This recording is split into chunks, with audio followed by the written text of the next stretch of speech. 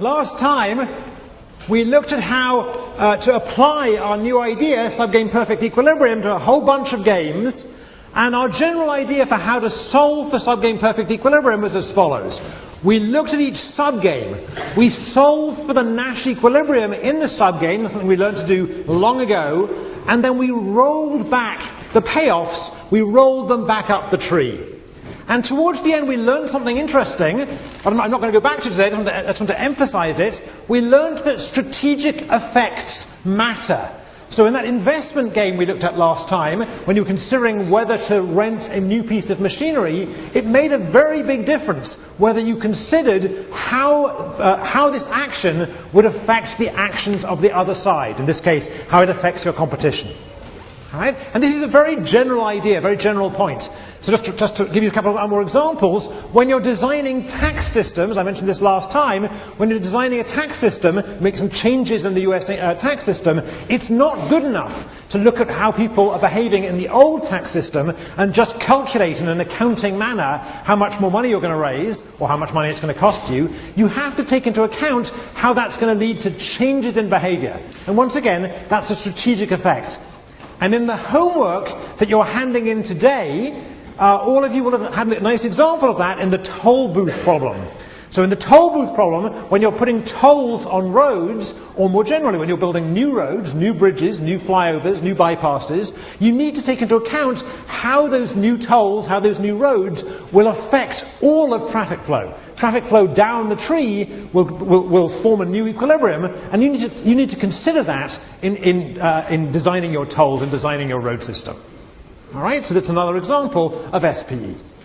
So today I want to do something quite different, a little bit like what we did with Duel. I want to play a game today and probably spend the whole of today analyzing this one game. So it's quite a complicated game, but it's quite a fun game. All right, so what's the game we're going to look at? The game's going to involve two players, and in each player, in each period,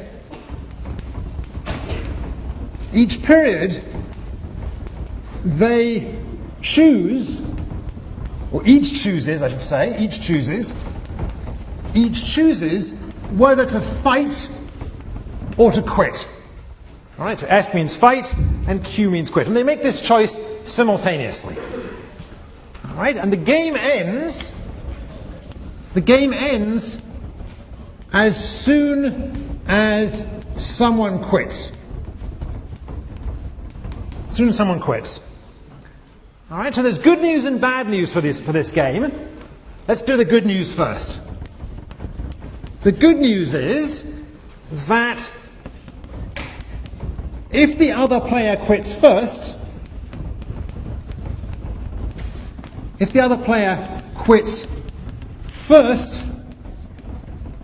you win a prize. You win a prize. And generally we'll call this prize V, but we'll play for some cash in a minute. The bad news is each period in which both fight, so each period in which both players choose to fight,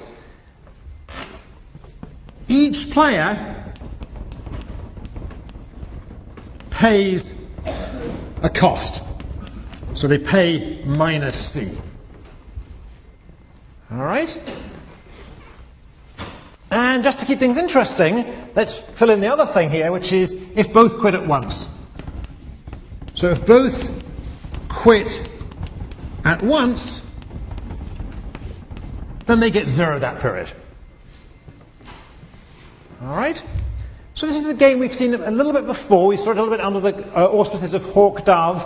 Those people in the MBA class saw a game a lot like this. But we're going to analyze this in much more detail than we did before. In fact, as we can spend the whole of today talking about it. So to start this out, let's actually play this game. All right, so I want 2 volunteers. Let me just, since this is college football season, let me see if I can play off the rivalries. So do I have anybody here from the great state of Texas? Whole bunch of Texans, all right. All right, well, just keep your hands on. I want to use you in a second. And I guess the rivalry here is Oklahoma. Anybody from Oklahoma? No Oklahomans? All right, well, what we'll do is we'll pick 2 Texans then. We'll assume this is Texas and Texas A&M. All right, so Texans raise their hands again. All right, we're going to pick out 2 Texans. All right, and I'm going to give you a mic each. So your name is? Nick. Nick, why don't you keep hold of the mic and just point it towards you when you speak. But still shout, because the rest of everyone here wants to hear you. All right, so this is Nick. Where was my other Texan back here? There was one here. Why don't I go for the closer one? All right, well, okay, we'll start here. And your name is? Alec. Alec, so shout it out. Alec. That's better, okay. All right, so the game is this. All right, they're going to have to write down for the first period whether they choose fight or quit. Each player will have a referee, so the person behind Alec is going to be Alec's referee to make sure that, that Alec is actually saying what he says he's going to do. And what happened to my other Texan? I've lost my other Texan. There he is. And your name again was? Nick. And Nick is going to write down fight or quit. And to make this real, let's play for some real cash. So we'll make the prize, why don't we make the prize equal to $1? And the cost equal to 75 cents. All right, so I've got some dollars here. Here we go. This is a, what do you call this? In Texas, we'd call this a fistful of dollars. Is that right? Is that right? All right, so, okay. So where are my players? Why don't you stand up, you guys? So everyone can see you. All right. All right, I made this difficult because now you're going to have to write down your strategy, so you have to grab a pen. I didn't make that easy for you. Let me come down to make it easier for the camera person. All right? All right, so why don't you write down what your strategy is going to be and tell your neighbor what it's going to be. And we'll see what happened. All right, show your referee. Have you shown your referee? All right, and again, Nick, speaking into the microphone, what did you do? I quit. He quit? I quit as well. So much for the... What happened to remember the Alamo? I mean, this is... All right, so Texas didn't work very well. Okay, fine. Let's try a different state. I have to say, my wife's from Texas, and my wife's family's from Texas, and I thought they had more fight in them than that. Maybe that's why they're sliding in the polls. Let's try somebody from Ohio. Anyone from Ohio? Nobody from Ohio in the whole class. That's no good. That's no good. I'm going to pick Ohio against Michigan. How about some people from some of our own teams? So, are there any players in the football team other than the 2 I've picked on before? There we go. Now I'll get something. Here we go. So, I need a different team. Anybody from the hockey team? Anybody from the baseball team? Ah, okay. Good. All right. So, our friend from the baseball team, your name is? Chris. Chris. And our new football team player is? Rylan.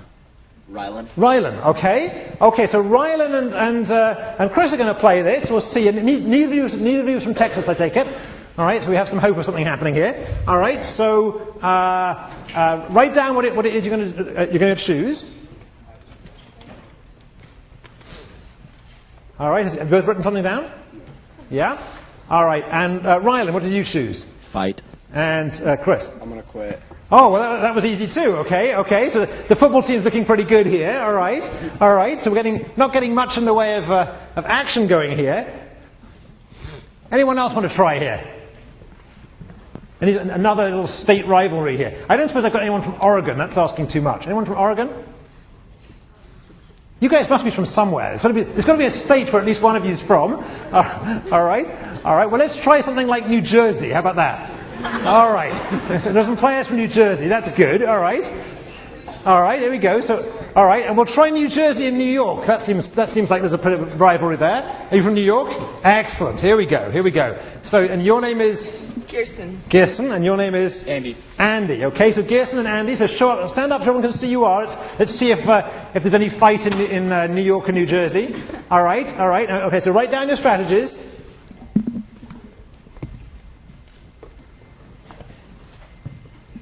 All right, good. Now, Andy, what did you choose? I'm going to fight. Fight. Ah, here we go. This is better now. Whew, getting worried there for a second. I know it's near the Thanksgiving, but there has to be some sort of spark left in the class. That's okay. All right, so we have both people fighting, which means right now they're down 75 cents, but the prize is still $1. So the game goes on. So write down again what you're going to do second period. Right, the 75 cents is gone, so now we're just looking at this game for $1. All right, and let's go to New York. What does New York? I'm going to fight. Fight. Fight, okay, so this is yeah, you have to stay on the East Coast to get life. There's no point going west, is there? That makes sense. All right, so write down again what you're going to do.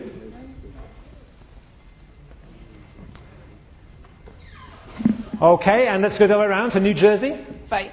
Fight. Fight again, all right, so right now we're down, what, 3.75 cents, whatever that is, and it's still this prize of $1 out there, plus perhaps a bit of pride here. All right, so write down again.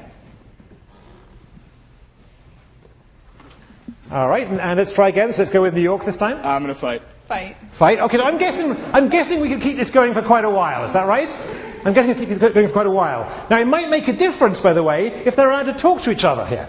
So let's see if it does, okay? So let's allow New Jersey and New York to talk to each other. You can't insult each other about bridges and tunnels, just regular talk, all right? So anything you want to say to your friend from New Jersey here? I can't let New Jersey win. It's just New York pride. You guys are just worse in every realm, so I'm sorry. All right, and anything you want to say in reply? Well, I'm going to keep fighting, so your best choice is to give up. All right, let's see if that works. Let's see if we get anything out of that. So choose your strategies again.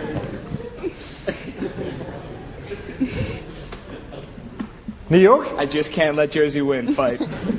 Bring it on. Fight. All right, all right. So it's clear that if we kept this going for a while, it would pay for my lunch. Is that right? Is that right? Is that right? Well, we'll hold it here for a second. We'll talk about it a bit. But thank you. A round of applause for our two feistier players. All right. So what's going on here? So clearly we can see what can happen in this game. You can get people quitting early.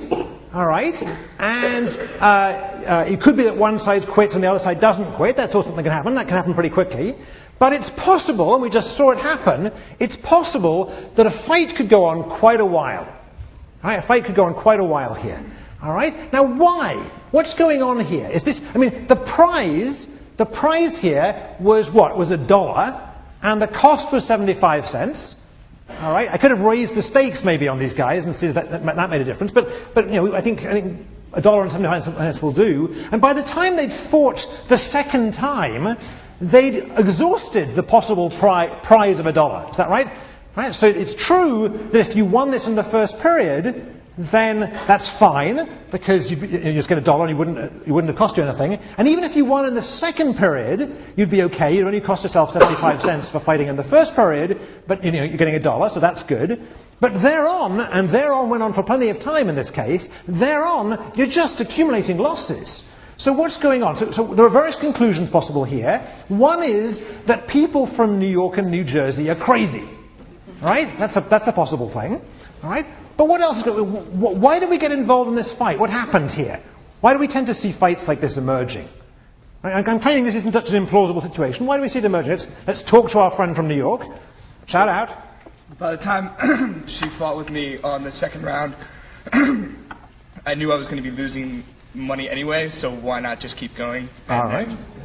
There was no reason I wasn't going to win anyway, so I might as well just keep fighting until she quit. All right, all right. So I think there's two things, there's two parts to that answer. All right. Part of the answer is I have lost some money anyway. Right. Let's hold that piece of it. And the other part of it is what? The other part of it is I'm really determined to win this thing. All right. All right. So there's two things going on there, and they're quite different. Let's take the second one first. It's possible that the reason these fights emerge and can go on for quite a while is that even though the prize is only $1 in money, it could be that the actual thing that the players care about is what? What do the players actually care about here? Somebody, just raise your hand, I'll put you on the mic. What do people tend to care about in these situations? Winning. They care about winning, or they care about pride. Is that right? That's why I started with Texas, but I couldn't find any pride in Texas, so we had to go to New York, right? All right. So people care about winning per se. It's a pride thing. All right, so it could be that $1 simply isn't a good description of the true payoffs here. It could be that the payoffs are actually about winning. All right? It could also be that both of these guys know that they're going to be interacting with you at other times in the class or other times at Yale, and they want to establish a reputation, both of them, as being the kind of guys who fight. Right? In particular, when they got to talk about it, right, both of them said, look, I'm a fighter. Something we've seen before with Ale and his pizza shop. Both of them said, I'm a fighter, you better back out. Is that right? So both of them tried to signal the fact that they were going to fight to try and get the other side to quit. All right, so that's about reputation. And that reputation could extend beyond this game. It could be that they're going to be involved in this kind of conflict later on in life. All right, so both of those things are around. All right. There's another element to this, and it's the other part of what our friend from New York said, which is about the costs. What's true about the costs in this game as we move from period to period? What's true? Has somebody said it? Well, it's a sunk cost. Say it again, say it loudly. Sunk cost. It's a sunk cost, all right? So all of those costs that you accumulate as the game goes on, they're irrelevant looking forward because they're sunk. The fact I've played this game for 10 periods and hence lost 10 times 75 cents, which even I can do, that's 750, right? The fact I've lost 750 is irrelevant because I've lost it anyway. I can't get that back. That's a sunk cost. So the game 10 periods through looks exactly the same as the game did at the beginning when fighting seemed a good option. Is that all right? Is that all right? Right, so 10 periods through the game, you have the same view about fighting as you did at the beginning. Now that's not quite true, because at some point you're going to run out of money. All right, but if we ignore that, basically those sunk costs are irrelevant.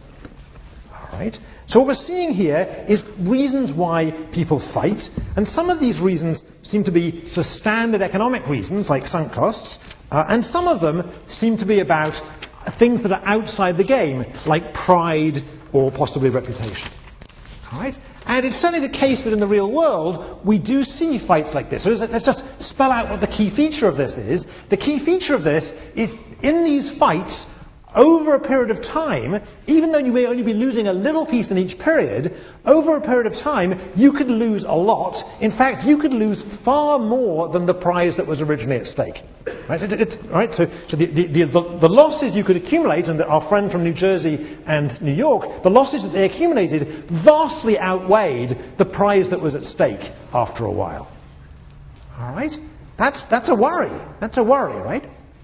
Okay, so this can occur in real life, not just in the classroom.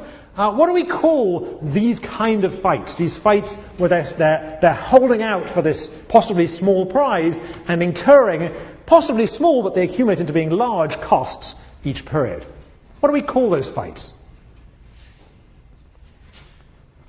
Nobody? Well, let's think about some examples, see if the word comes out of examples. So one example, let's do some examples here.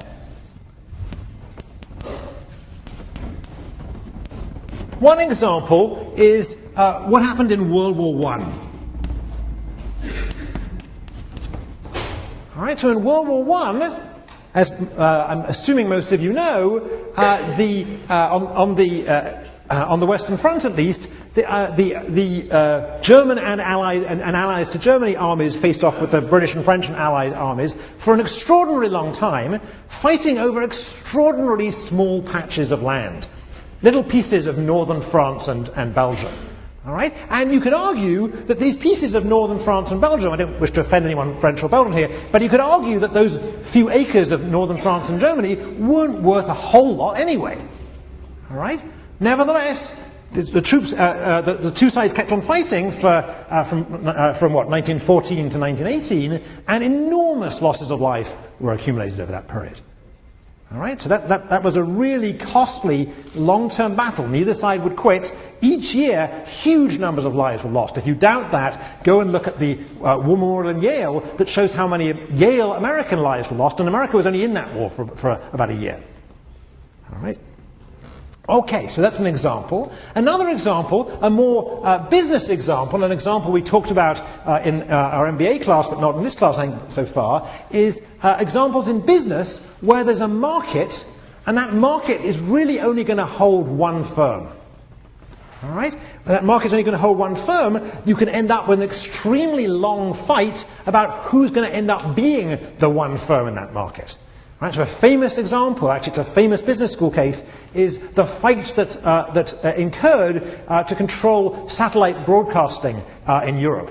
So there was a fight between Sky Television and the British satellite broadcasting company that went on for a number of years, and these companies were doing things like charging zero prices and giving away satellite dishes and this, that and the other, and over the course of the fight they accumulated so many losses that if you did the accounting, the entire future projected profit flow of winning this fight vastly outweighed the amount of money that they'd lost during the fight. All right? That was a fight that involved on one side Rupert Murdoch, and you could argue maybe Rupert Murdoch is a little crazy and had reputation to keep up, but still it looks like another example of this. So that example was British Satellite Broadcasting versus Sky. So with those two examples there, anyone think of a general term we call these fights? How do people refer to the method of fighting in World War I, or for that matter during the American Civil War? Yeah, somebody at the back, shout it out. It's a war of attrition, all right? So these are wars of attrition.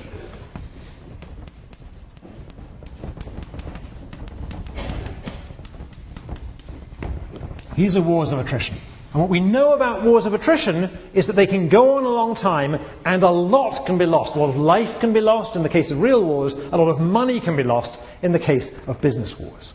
All right? And actually it turns out a lot of games have this structure of a war of attrition. Let me give you one more example. Suppose that two companies are competing for a market, not in the manner of BSB and Sky, by simply advertising or whatever, but in the form of paying bribes. All right, so suppose there's a company, let's say in France, and a company, let's say in Britain, and these two companies are trying to trying to win a contract in some country where paying bribes is a successful strategy. And here I'm going to be careful about the film and not mention any real countries. So let's call this imaginary country Fredonia, which comes from a Marx Brothers film. All right, so here's this French company and this British company, and they both want this contract to build a bridge in Fredonia, and they start paying bribes to the general who controls Fredonia.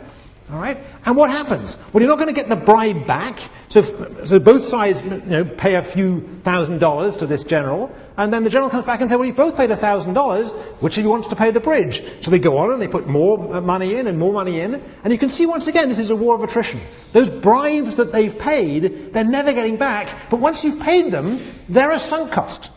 Right, once you've paid that bribe, good luck saying, I paid you this bribe, you didn't let me build the bridge, give me my money back.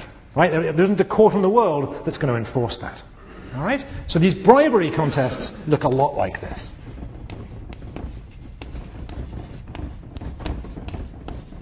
Right, there's a technical name for these bribe contests. They're sometimes called all-pay auctions. All right. So what do we want to establish today? We want to talk about why fighting occurs here. And we wanted to do so in some detail. So there may be informal reasons why fighting occurs, and we've talked about that. It could be that one side is crazy. It could be that both sides are crazy. It could be that national or regional pride is at stake. All of these things could affect why we get fighting. But what I want to try and establish today is that you can get long fights emerging in potential wars of attrition, even if everybody is rational, even if the payoff is just that $1, right? And even if there's no reputation at stake. So again, my goal today is to try and convince you that you can get huge loss of life in World War I or huge loss of money in these business contexts without having to argue something outside the model, like irrationality or reputation.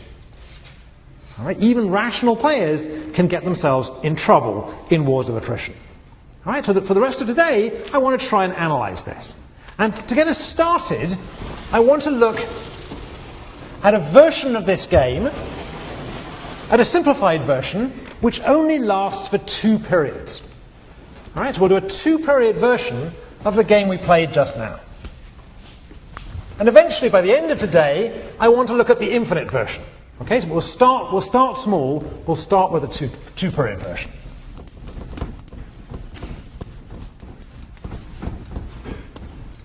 All All right? And the trick in analyzing these things is to be able to come up with a tree and be able to come up with payoffs and be able to apply the analysis that we know about to get us to where we want to be. All right? So here's the game I claim. I claim that it has the following tree. So first of all, player A chooses, and player A can either fight or quit. And let me put a 1 in brackets. We'll see what the 1 is in a second. Then we're going to model player 2, but of course this is a simultaneous move game. This is a simultaneous move, so this is an information set. It's not from player 2, it's from player B. So player B doesn't know what A has done that first period when B is making her choice. This is a simultaneous move. And B is choosing between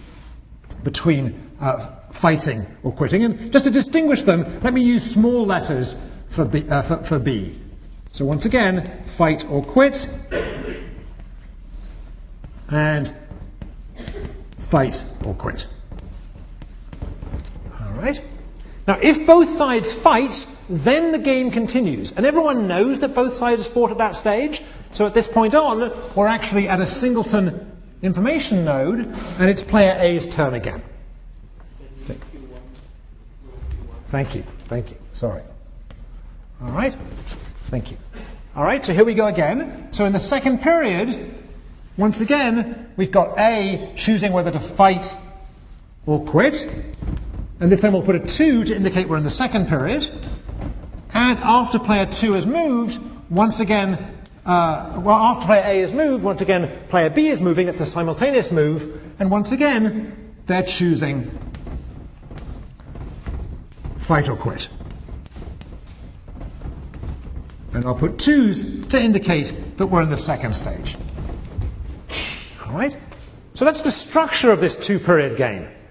Okay? And let's write down what the payoffs are, starting with the easy payoffs. So if both people quit in the first stage, they get nothing. If A quits and B fights, then A gets nothing and B gets V. If A fights and B quits, then A gets V and B gets nothing. And if they both fight, we go into the second stage. So let's write down the payoffs in the second stage. So in the second stage, if they both quit in the second stage, then their payoffs are going to be for A minus C, the cost they accumulated in the first stage, plus 0, and for B minus C plus 0. If A quits and B fights in the second stage, then the payoffs are minus C plus 0 and minus C plus V. If A fights and B quits, then the payoffs are minus C plus V and minus C plus 0. And if they both fight for 2 periods, we have a decision to make about how we're going to end the game in this 2-period game. But let's just assume that what we'll get here is minus C, and minus C, minus C. Right, well, assume if they both fight, the game ends and no one gets the prize. Right, just to make life simple. Right, so this is a 2-period version of the game, and the only change I've made, other than making it 2 periods, is I had to put in a payoff. I had to see what happened if the game didn't resolve, and I've assumed that if the game didn't resolve, no one got the prize. All right. Now, there's another assumption I'm going to have to make before we analyze this. There are 2 possible cases to consider here. There's the case when V is bigger than C, which is the case we just played in the class. And there's also the converse case when the cost is bigger than V. All right? So today, we'll focus on the case V bigger than C, which is the case we just played in class. I'm going to leave you to analyze the other case, the case when the cost is bigger than the prize, as a homework assignment. All right? All right, so V bigger than C is our assumption. All right, so everyone okay with the tree? Right, this tree, I hope, describes the game, at least a 2-period version of the game. Now, the first thing I want to point out here is if we look at the payoffs that are incurred at the end of the 2nd-period game, we notice that they all contain a minus C. All right, there's a minus C everywhere. Right? What is that minus C? It's the cost that you accumulated from having fought in the first stage. All right? But the observation I want to make straight away is that this cost, so here it is, here it is, here it is, here it is, here it is, here it is, and here it is, and here it is, this cost is sunk. All right? There's these objects here are sunk costs. There's nothing you can do once you're in the second period of the game to get these sunk costs back. They've just gone. They're there, but the fact that they enter everywhere is going to make them strategically irrelevant. All right? Okay, so what we want to do here is we want to find all of the subgame perfect equilibria of this little game. All right, so let me push this up quite high. Well, we'll see.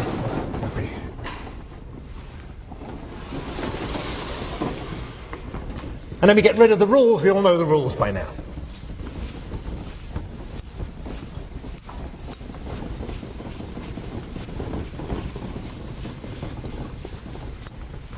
So our goal here is to use our solutions concept, which is subgame perfect equilibrium, to try and analyze this game. So how are we going to analyze this game in terms of subgame perfect equilibria? How are we going to start that discussion? We've got a lot of work to do here. Where are we going to start in finding subgame perfect equilibria? What's the first thing we should do? Well, I claim the first thing we should do is just figure out what the subgames are. Let's start with that. All right? So having just pushed it far away, I'm going to need to use the pointer. But I claim that the obvious subgame to analyze first is this subgame. It's the subgame if you should end up in period 2. And notice that is a subgame. It starts from a singleton node. It doesn't break up any information set. And it contains all the descendants of the node from which it starts. All right? So that is genuinely a subgame. All right? So we're going to start our analysis by considering the second subgame.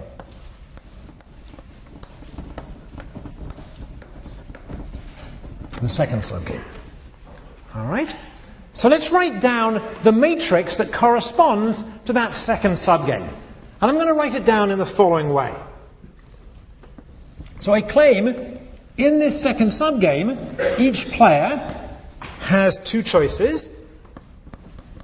They can fight or quit. Fight or quit. And I'm going to write the payoffs in a particular way. I'm going to write the payoffs as minus C plus this thing. All right? So rather than keep that minus C in all the boxes, which is going to get, it's going to get boring after a while, I'm going to pull that minus C out and just put it in front. Is that okay? Right? So we had this sunk cost box everywhere, and I'm going to pull out this sunk cost box and put it in front. So here it is. If you get into the second period of the game, you've incurred this sunk cost. All right, and your payoffs in this game, if you both fight, then you incur minus C for the second time. If A fights and B quits, then A is going to win the prize, so they'll get V, and player 2 will get nothing. If player B gets nothing. If B fights and A quits, then conversely, A gets nothing, and player B gets the prize. And if they both quit, they just get nothing. All right, so just notice what I did here. I could have written out the box with minus C here, minus C here, minus C plus V here, minus C plus 0 here, minus C plus 0 here, etc. But I just pulled out that minus C, because it's just distracting everything. All right, so I pulled out that minus C and put it in front. All right. Okay, so now we can analyze this little game, and let's start off by talking about pure strategy equilibria in this game. So again, our goal is to find subgame perfect equilibria. So the way in which we find subgame equilibria is what? We start at the last subgames, we look for Nash equilibria in those last subgames, and then eventually we're going to roll those back. All right, so there's our last subgame, there's the matrix for it. Let's find the Nash equilibria. So, if player B is fighting, then player A's best response is to quit. And if player A is fighting, then player B's best response is to quit. Conversely, if player B is quitting, player A's best response is to fight. And if B is fighting, if A is quitting, then player B's best response is to fight. I didn't say that right, let me try again. So if A is fighting, if the other side is fighting, you want to quit. If the other side is quitting, you want to fight. Right, is that clear? All right. So there are actually two, let's be careful here, pure strategy. There are two pure strategy Nash equilibria in this subgame. And what are they? They are fight, quit, and quit, fight. So if we get into the second subgame, and if we know we're going to play a pure strategy in the second subgame, this is what's going to happen. That's our claim. All right. Right. Now notice that it didn't matter, the sunk cost didn't matter there. I could have included the sunk cost in the payoffs, but I would have found exactly the same thing with or without the sunk cost. So as we'd expect, the sunk cost is irrelevant. All right. So we've got both the equilibria in the subgame. Let's roll this back. Let's roll these back into the first stage of the game. All right. Before I do that, the payoffs associated with these, the payoffs associated with this one are V and 0, and the payoff associated with this one is 0 and V. Everyone okay with that?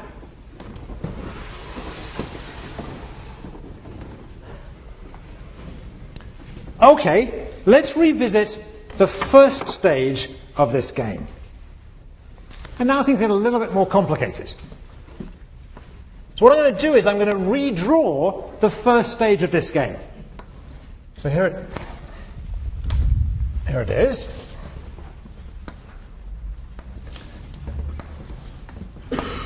A can fight or quit, just as before. And following this, B can fight or quit, just as before.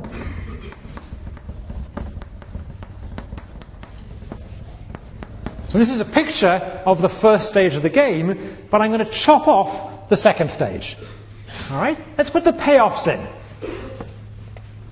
All right? So the payoffs down here are the same as they were before. 0, 0, working up, 0, V. If A fights and B quits, then it's V0. But what about the payoff if they both fight?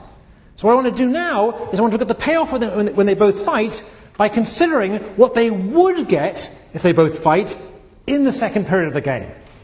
All right, so our idea is find the Nash equilibrium in the second period of the game and roll back these possible payoffs. All right, so here the payoffs are going to be minus C plus stage 2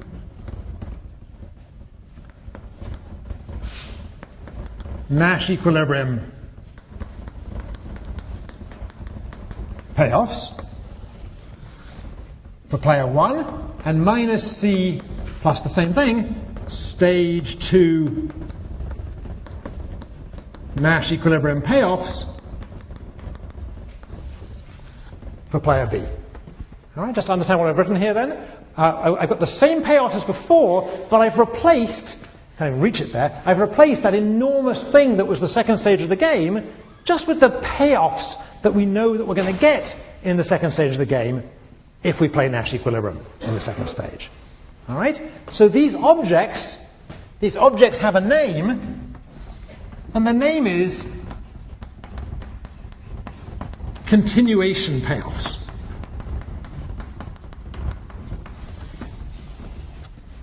Right, these objects are the continuation payoffs. They're the payoffs I'm going to get tomorrow and possibly forward in a more complicated case if, in this case, if we both fight in the first period. All right? Now what we want to do is we want to draw up the matrix that corresponds to this first stage game, and we're going to have to do so twice. we're going to have to do so once for the case where the continuation payoffs are V0, where the equilibrium we're playing tomorrow is fight-quit. And we're going to have to do so again for the case where the continuation payoffs tomorrow are 0V, namely the continuation play is quit-fight. All right, I have to do it twice. All right, so you've got this continuation payoffs down, so let me give it a little bit of room. All right, so the matrix is going to look as follows. Nice big matrix. 2 by 2. Player A is choosing fight or quit, and player 2 is choosing fight or quit. That much is easy. It's what we put in here that matters. So let's do all the easy cases first. So quit is 0, 0. Quit fight is 0V. Fight quit is V0. And in here, it's going to depend which of these two games, which of these two equilibria is being played tomorrow. So what we're going to do here is we're going to do the case for the equilibrium fight quit in stage 2. All right, we're going to write up the matrix for the case where we're going to play fight quit tomorrow. So if we play fight... Okay, thank you, Jake. Thank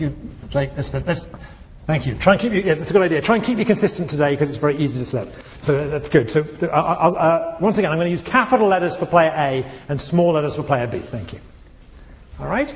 So what happens if we both fight?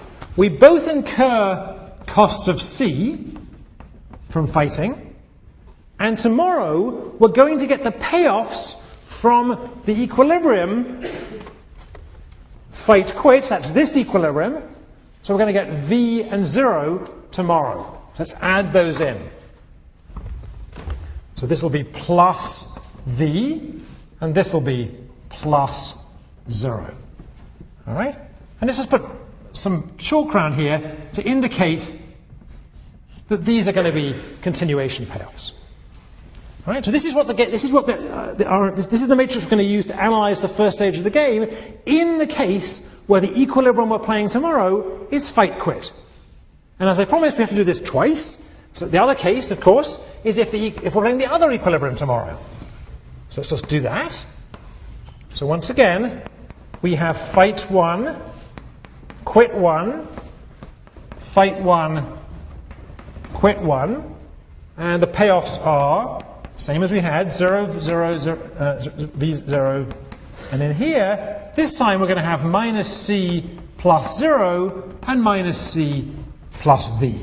And the reason for the change is that we're now looking at the continuation game, the continuation play, where it's player A who quits in the second stage. So this is for the case quit to fight 2 in period 2. All right? So let's just pause and make sure everyone's got that down. Everyone okay? So what we've done here is we started off by analyzing what's going to happen in period 2, and that really wasn't very hard. Is that right? That was a pretty simple game to analyze, pretty easy to find the equilibrium. Then what we did was we rolled back the equilibrium payoffs from period 2, and we plonked them on top of the relevant payoffs in period 1. So in particular, if you both fight and you know you're going to play the fight-quit equilibrium tomorrow, then your payoffs will be minus C plus V and minus C plus 0. If you both fight and you know you're going to play the quit-fight equilibrium tomorrow, then your payoffs will be C plus 0, so minus C plus 0 and minus C plus V. And just to emphasize, once again, these four boxes we created correspond to the stage 2 Nash equilibrium payoffs, or the continuation payoffs of the game. All right? Okay, so now we're ready to analyze each of these games. All right, so this isn't going to be too hard. All right, let's try and find out the Nash equilibrium of this game. So let's start with the left-hand one. This is the case where player A is going to fight and win in period 2. All right. So if player B is going to quit in period 1, then if player A fights, she gets V. If she quits, she gets 0. So she's going to want to fight. Everyone okay with that?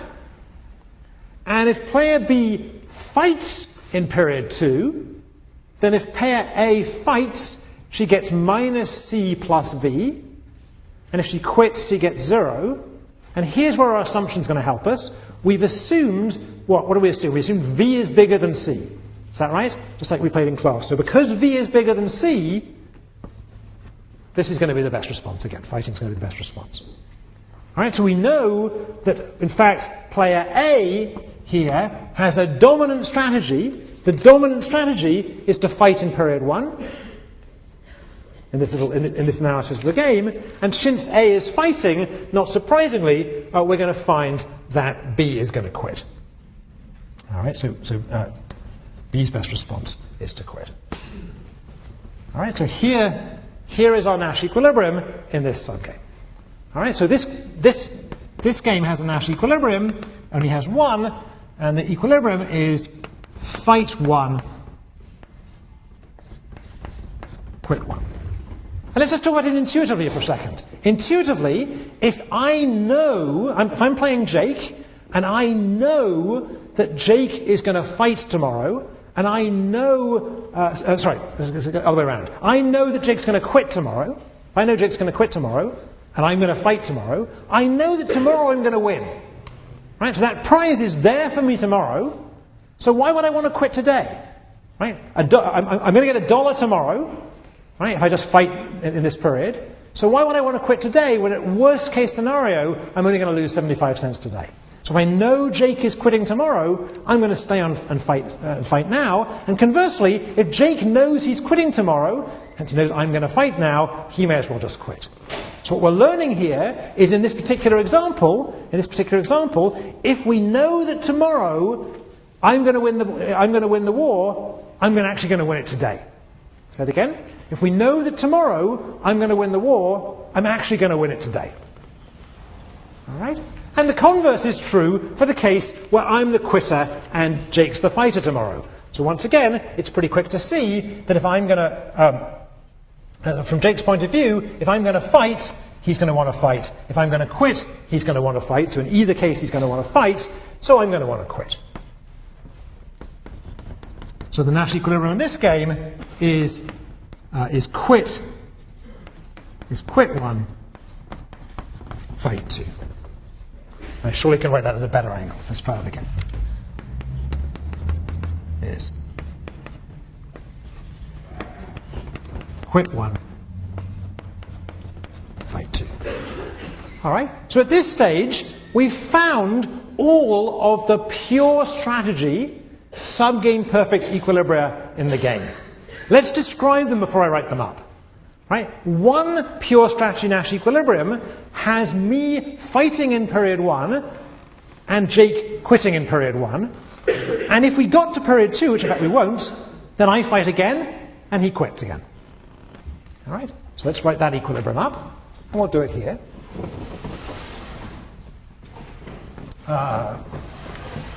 We do it on the top board, actually.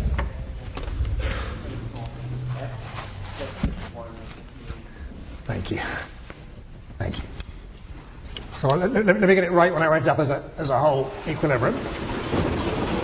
So I claim that I've now found all of the pure strategy SPE in this game.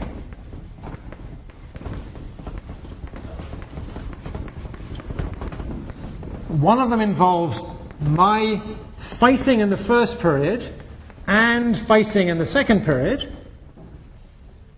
and Jake quitting in the first period and quitting in the second period. And the other one just flips it around. I quit in the first period, and if I got there, I would quit in the second period.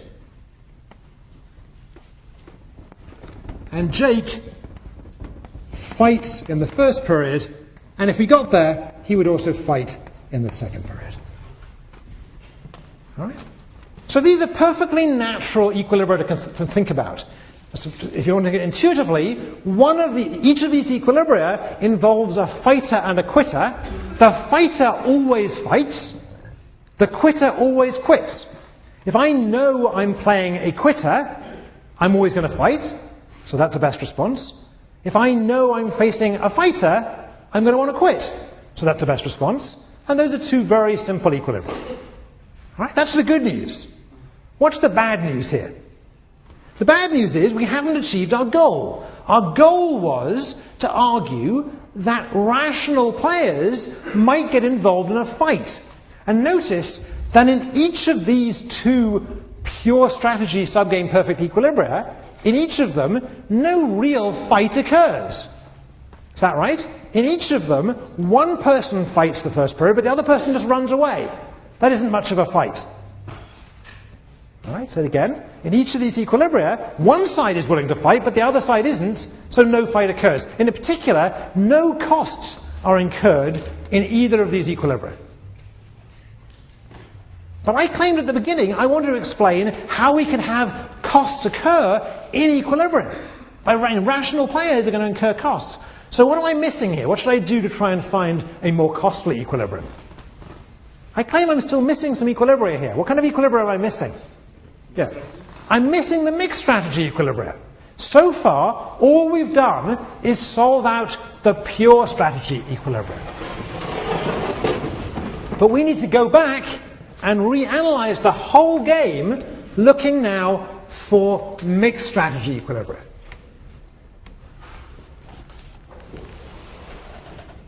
All right.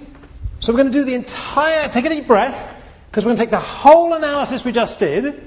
We're going to repeat the entire analysis we just did, but this time we're going to look at mixed strategy equilibria. All right, everyone happy with what we're doing? So first of all, we're going to go back to the second subgame. Here's the second subgame. And we already found the pure strategy equilibria, so let me get rid of them.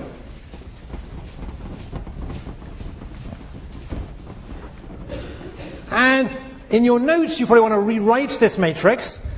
But I'm not going to rewrite it here because we're a little bit short of time. This is exactly the same payoff matrix we saw before, but now I want to look for a mixed strategy equilibrium in this game. How do I go about finding, it's good to review this, how do I go about finding a mixed strategy equilibrium in a game like this? What's the trick for finding mixed strategy equilibria? Should we try our guys from New Jersey and New York? Oh, go on. Let's try our guys from New Jersey and New York. How do I, where's my New Yorker, right? We'll have the true battle here between New York and New Jersey. How do we find a mixed strategy equilibrium? Yeah, you use the P's and Q's and set them equal to one another. That's a very crude explanation. Crude thing, okay. So the answer was we find the P's and Q's and, quote, set them equal to one another. What is it we're actually setting equal to what? What are we saying equal to what? Let's try and get some response on this. Did our New Jersey pie flee? Where's our New Jersey person? They fled. We could give our Texans another chance. Where's our there was a Texan down here somewhere. What is it they said equal to what? I guess the chances that one would fail and one would quit and the other would fight. Not quite. Not quite. The remark about using P's and Q's was right. But what is it? This is a good review for the final. What is it I'm going to do with those P's and Q's? Yeah, yell it out. You use the other player's payoffs. Use the other player's payoffs and... Make them indifferent between their strategies. Good, good. I'm going to choose player B's mix in such a way as to make player A indifferent between choosing fight and quit, so as to make it plausible that A is actually mixing. So again, the intuition is, for A to be mixing, they must be indifferent between fight and quit. So I'm going to choose the mix of B to make A indifferent. So that's good review. Let's do that. So here I've usually used the letter Q, but to avoid confusion here, let me use the letter P. All right, we're going to choose P to make player A indifferent. So if A fights, then their payoff is what? Let's have a look. It's minus C with probability P, and right, so minus C with probability P, and V with probability 1 minus P.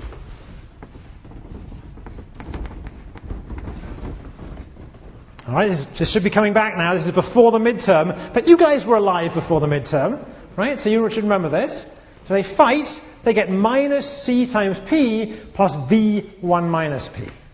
All right, if they quit, then they get 0 with probability P, and 0 again with probability 1 minus P. So we know that if A is mixing, B must be mixing in such a way as to make these two numbers equal. So we know these two must be equal to one another. Since they're equal, we can now solve for P. All right, so what's that going to give us? It's going to give us V1 minus P is equal to PC. Okay, and that, I think, is P is equal to V over V plus C. Is that right? So I'm just check my algebra. And if you remember the game of hawk-dove that we saw just before the midterm, the game involving it was a game we looked at when we were looking at evolution. This is essentially the same game, more or less, as that game, and you'll notice it's the same kind of mixture we've got here. All right? So P is equal to V over V plus C, which means 1 minus P is equal to C over V plus C. I'm leaving it up there a bit, hoping that one of the TAs is going to just do my algebra for me. I think that's right, though. I think that's right. All right. So this game is symmetric, so both players are going to. We could do the same. We could do the same for B, but we'll find the same thing. Right? It's a symmetric game. All right. So the mixed strategy equilibrium, the mixed Nash equilibrium in this game has both mix, both fight with probability equal to V over V plus C. All right. Now this is good news because at least we're getting some fighting going on, but we need to do something. We need to take this Nash equilibrium we've just found, which is a Nash equilibrium in the second subgame. It's a Nash equilibrium in the subgame way up here, and we need to roll back the payoffs from this subgame, the equilibrium payoffs from this subgame, into the first stage. That's our method. How are we going to do that? Well, we better first of all figure out what those payoffs are. So what are the payoffs in this equilibrium? The payoffs in this mixed Nash equilibrium are what? Anyone see what the payoffs are going to be if they're both playing this mix? Well, presumably the payoff from fight and the payoff from quit must be the same. Is that right? So we may as well choose the easier one. So I claim that the payoff from quit is 0 times P plus 0 times 1 minus P, which is 0 V over V plus C plus 0 C over V plus C, but that's equal to what? 0. Okay, good. So it's got to be the case, kind of conveniently, that if they do play this mixed strategy equilibrium in stage 2, the payoff they'll get from playing it is 0. That's going to make life a little bit easier later on. All right, that's our new equilibrium in the second subgame. Now let's roll that back to the first game.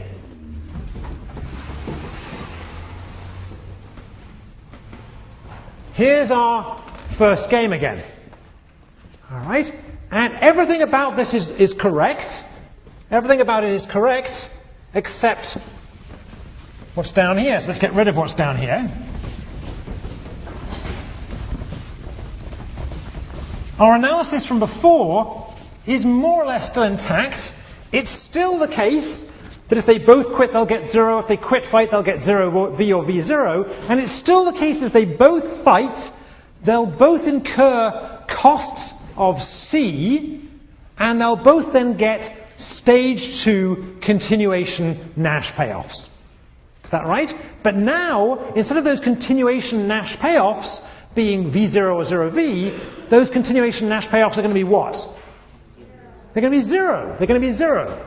So what we're going to do here is we're going to backward induct or roll back those 0 payoffs and come up with the corresponding matrix to describe the first stage of the game. And here it is. Fight, quit, little f.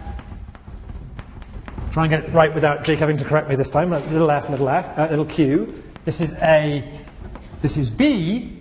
And the payoffs here are 0, 0 here, 0v, v0, just as before. And in this box now, we've got minus c plus 0 and minus c plus 0. All right, so it's exactly the same box we saw before, but now the continuation payoffs are just 0. All right, and again, what is this? This is for the Nash equilibrium. Oh, let's say for the mixed. For the mixed Nash equilibrium in period 2. All right. And what I want to do is, I want to find the mixed equilibrium in period 1. Right? We found the mixed equilibrium in period 2. Now I want to find the mixed equilibrium in period 1. So what I could do here is I could spend a lot of time. I could put in a P and a 1 minus P, and I could work out what mix of player B will make A indifferent. I could work out what mix of player A will make B indifferent. But does anybody notice something about this matrix? What do you notice about this matrix? Somebody? Somebody help me out? Somebody's got to help me out here. Tell me something about this matrix. What's true about this matrix? It's the same as the one above. It's the same as the one above, right? The matrix I just drew, when I rolled back the payoffs, is exactly the same matrix that I had here. It's exactly the same matrix. So we already know what the mixed strategy equilibrium is in this. The mixed Nash equilibrium in this matrix is to fight, is both fight with probability P equals V over V plus C. So we're now ready to show our new subgame perfect equilibrium. Let's write it down.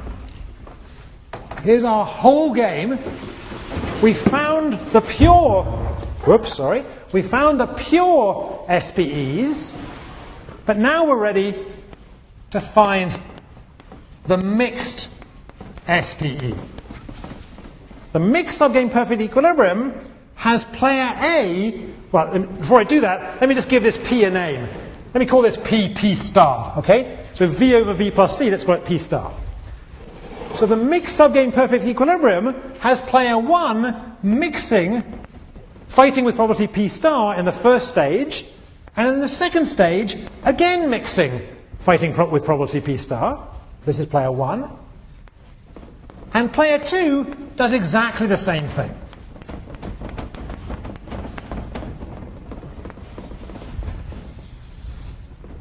And while we're here, what's the expected payoff for each player if they're playing this mixed subgame perfect equilibrium?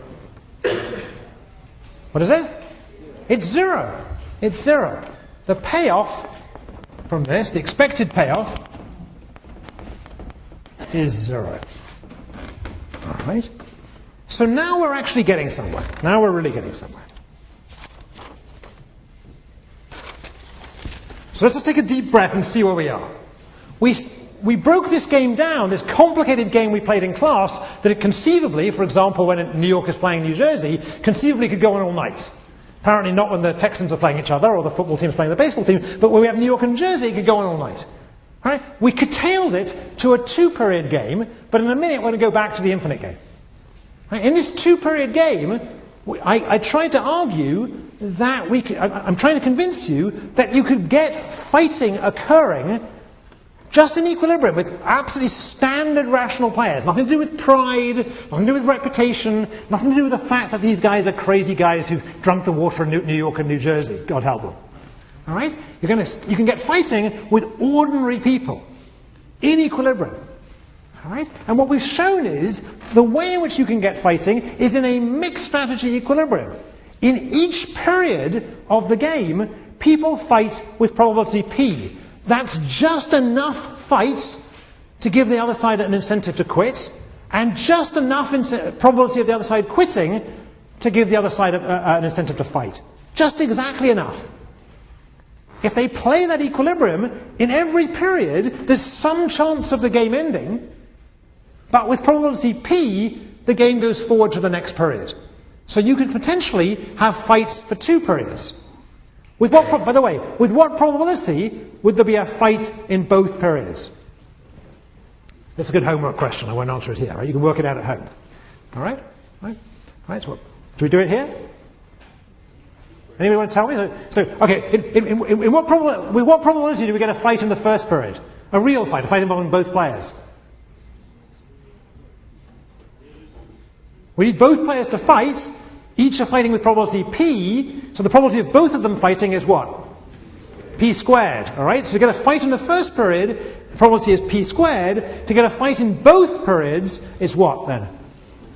P to the 4th, all right? But we can get a fight with probability P to the 4th going through. All right. We get fighting in equilibrium. Moreover, we get some very intuitive things that we already learned in the hawk-dove game, right? The probability of fights. So in this equilibria, the probability of fights occurring, the probability that fights are occurring goes up as V goes up. So as the prize gets bigger, you're more likely to see fights occur. That seems right. And it goes down in C. So the probability of fights occurring goes up in the size of the prize, that seems intuitively right, and down in the cost of fighting. All right. Now, okay, that's reasonable, but I claimed I could show you this not in a 2-period game, but in an infinite period game.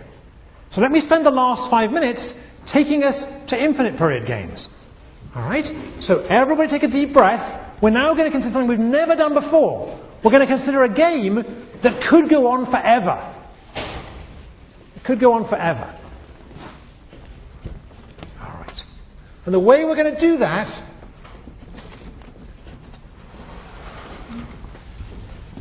is to use the following idea, the following picture.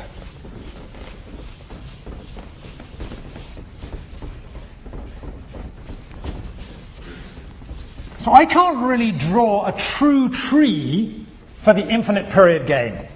And the reason I can't draw a true tree for the infinite period game is 1, I would run out of chalk, and 2, I'd run into lunchtime. Right? But you can imagine what it looks like. It looks like this, roughly speaking. Try and get this right. Start again. The infinite period game looks something like this. And then it goes again.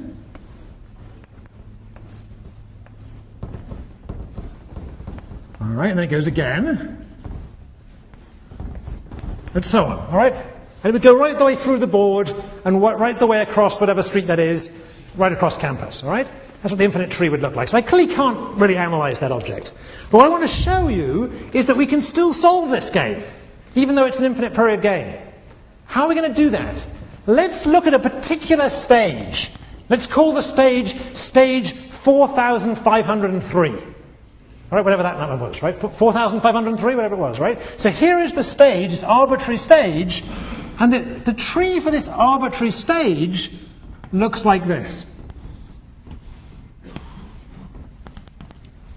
All right? And what I'm going to do is, this is stage, what was it, 5,000, was it 4,503? All right, this is this stage. All right? And what I'm going to add to this is that before you get into this stage, you're going to incur sunk costs. All right? And if you go on playing after this stage, then you're going to get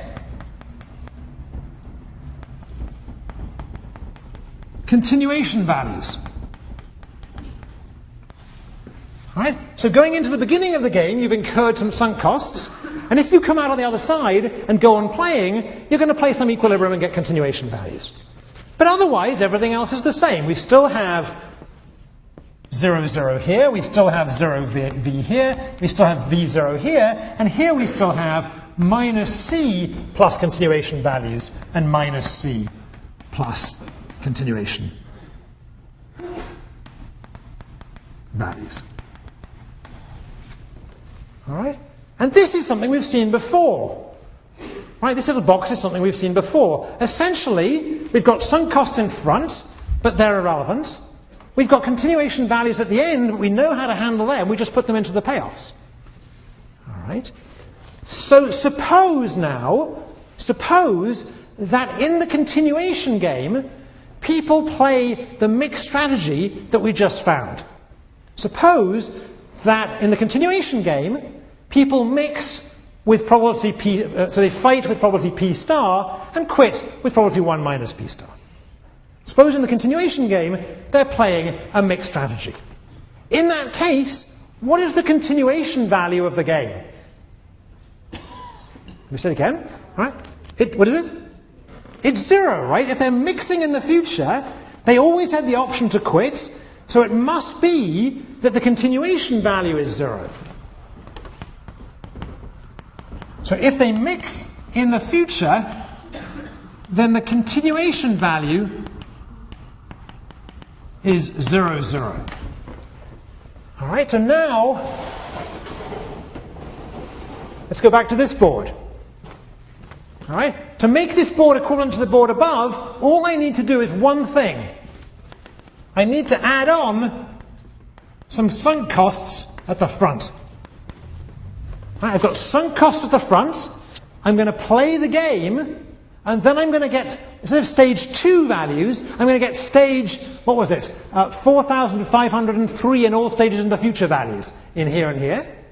But otherwise it's the same thing. And what's convenient is all of those are 0 anyway. Since they're all 0 anyway, this matrix is still correct. Right, the continuation values are 0 and 0. These are now the continuation values.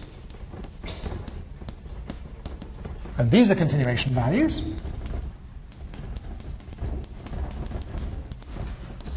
And so if I look for a mixed strategy equilibrium in this game, it's something I've solved already. What's the mixed strategy equilibrium in this game? Anybody? It's exactly what we found before. Just as before, I'm going to mix with probability v over v plus c. All right? Now let's summarize. We did something today, just now, that we've never done before. We've looked at an infinite, or at least potentially infinite period game. A game that could go on forever. And the way in which we handled the game that could go on forever was what? We noticed two things. We noticed that part of the game that comes before, that part of the game that's passed already, anything that happened there is just a sunk cost. It's irrelevant. It's just, I mean, it hurts if it's a cost, it's nice if it's a gain, but it's sunk. You can't affect it now. Anything in the future can be summarized by the value, the payoff I'm going to get in the future by playing the equilibrium in the future. Right? In this case, the future meant mixing. Mixing gave me a value of 0. So here I am getting 0 from the future. And then I can just analyze the game in the stage in which I'm in, just as if it was an ordinary, bog-standard simultaneous move game. Right? When we did so in this particular example, we're going to see more examples like this after the break, but in this particular example, we found out something quite surprising. The thing we found out was, in these war of attrition settings, there is an equilibrium with rational players. Everyone, more than that, common knowledge of rationality. Everybody's rational. Everyone knows everyone else is rational. There are equilibria in which not only people fight, but they could fight forever. In every period, they fight with some probability. And we got an extra prediction out, a prediction that we weren't expecting. And let me just give you that prediction and then we'll leave the class with that. The extra prediction is this. If we look at these wars of attrition and we keep track of the time in which the... Hang on guys, don't rustle the bags yet, one more thing. If we look at the time in which the games have gone on and keep track of the probability that a war will end at that time. So imagine this is World War I. You could imagine World War I going for 1 year, or 2 years, or 3 years, or 20 years, or whatever. The probability distribution in this war of attrition is going to look like this. In every period, the probability of continuing is just p star squared. So in every period, the chance as you go further into the future, there's a greater chance the war will end. You can get very long, very costly wars. That's the bad news. The good news is, it doesn't happen very often. All right? I guess we're all involved in a rather large and costly war right now, so I'll leave you with that pleasant thought over Thanksgiving. Have a good break and we'll see you afterwards.